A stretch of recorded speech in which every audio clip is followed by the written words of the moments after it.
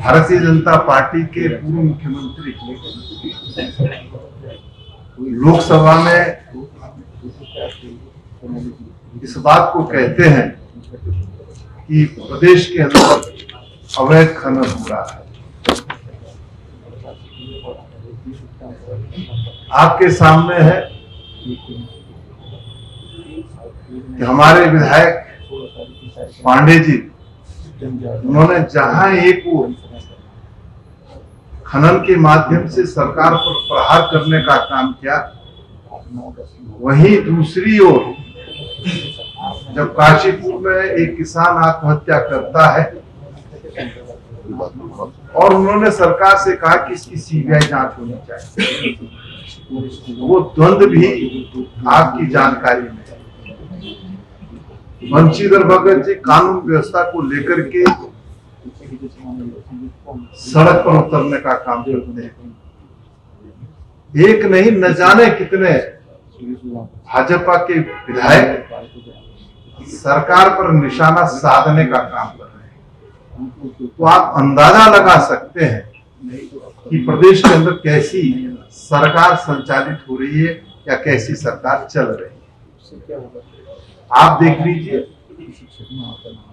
कानून व्यवस्था पूरी तरीके से ध्वस्त है।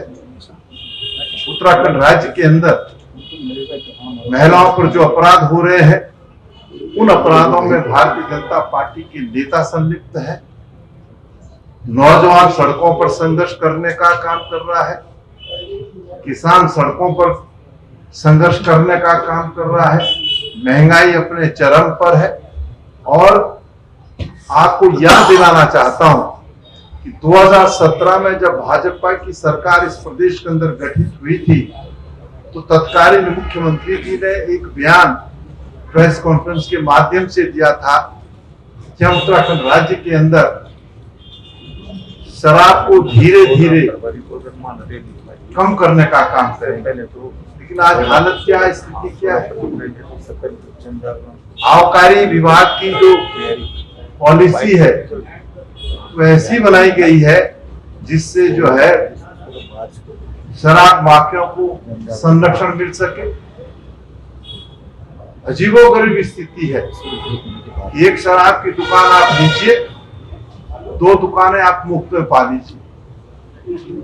भू कानून, ऐसा भू कानून हमने कहीं पर नहीं देखा। उत्तराखंड राज्य जो 2 मंडलों का राज्य है, यहाँ पर भू कानून को तोड़ मरोड़ करके इस सरकार ने बनाने का काम किया है। उधम सिंह नगर और हरिद्वार में ये भू कानून लागू नहीं होगा, लेकिन नगर निकाय क्षेत्रों में भी ये भू कानून जो है अस्तित्व में नहीं रहेगा। तो सीधे सीधे भू माफियाओं को संरक्षित करने का काम ये सरकार कर रही है।